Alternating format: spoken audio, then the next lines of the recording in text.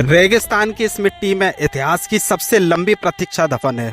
एक ऐसा राष्ट्र है जो 2000 साल तक गायब रहा लेकिन मिटा नहीं। एक ऐसा देश जिसने इतिहास में सबसे लंबा निर्वासन झेला लेकिन हजारों साल बाद भी अपनी भूमि, भाषा और पहचान नहीं हुई। इजराइल की कहानी सिर्फ एक देश की नहीं, ये एक सभ्यता के पुनर्जन्म की कहानी है। कभी यह भूमि इजराइलाइट्स की थी, यहूदियों का पवित्र राज्य किंगडम ऑफ इजराइल और जूडा। यहाँ राजा दाऊद ने राज किया, यहाँ सुलेमान ने टेम्पल ऑफ सोलोमन बनाया, लेकिन फिर सब बदल गया। 3000 साल पहले मध्य पूर्व का यह इलाका लैंड ऑफ कनान कहलाता था। यहीं पर यहूदी धर्म की नींव पड़ी।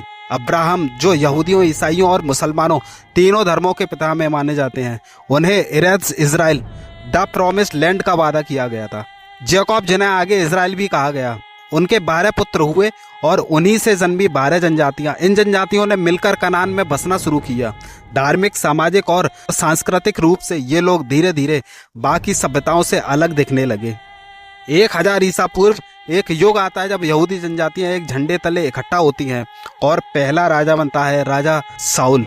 और फिर दाऊद, जिसने यरूशलेम को अपनी राजधानी बनाया, और दाऊद का पुत्र सुलेमान, जिसने पहला मंदिर बनवाया। यरूशलेम अब एक शहर नहीं रहा बल्कि यहूदियों के लिए धार्मिक और आध्यात्मिक ध्रुव बन गया था।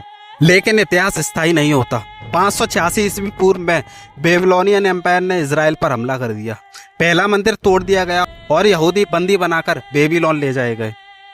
कुछ पीढ़ियों के बाद वे लौटे और दूसरा मंदिर बनाए, लेकिन शांति फिर भी नहीं आई। 63 ईस्वी पूर्व में रोमन एम्पायर ने यह भूमि जीत ली और सन 70 ईस्वी में रोमन जनरल टाइटस ने जेरूसलेम को जला दिया और दूसरा मंदिर भी नष्ट हो गया, जिसमें हजारों यहूदी मारे गए और बाकी पूरे विश्व में बिखर गए। यही था द ग्रेट जेविश डियास्पोरा, जो 2000 सालों तक चला।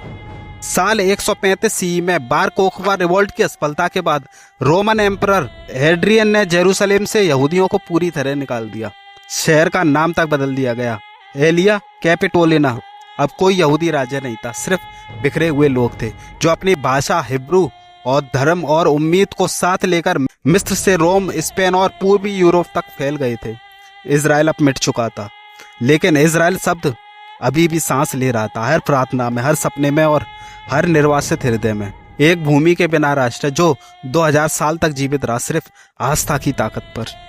यहूदी अब रिफ्यूजी बन चुके थे, एक ऐसा समुदाय जिसका अब किसी भी देश में पूरी तरह ठिकाना नहीं था।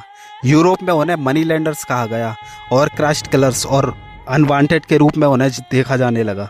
मध्यकाल में उन्हें गेटोस में बंद कर दिया गया, शहर के उन हिस्सों में जहां बाहर के लोगों का जाना मना था। स्पेन में इनक्विजिशन के दौरान यहूदियों को चुन चुन कर सजा दी गई और उन्हें जलाया गया।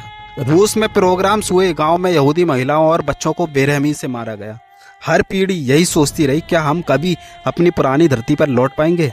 लेकिन उस समय लौटना लगभग असंभव था, क्योंकि उस भूमि पर अब अरब कबीले बस चुके थे और यहूदी अपने घर लौटने के लिए बहुत ही कमजोर और अकेले थे। यही वह दौर था जब यहूदी अपनी पहचान और अस्तित्व के लिए संघर्ष कर रहे थे। एक ऐसा संघर्ष जो उन्हें अपनी मिट्टी, अपनी जड़ों और अपने भविष्य के लिए लड़ने पर मजबूर कर रहा था।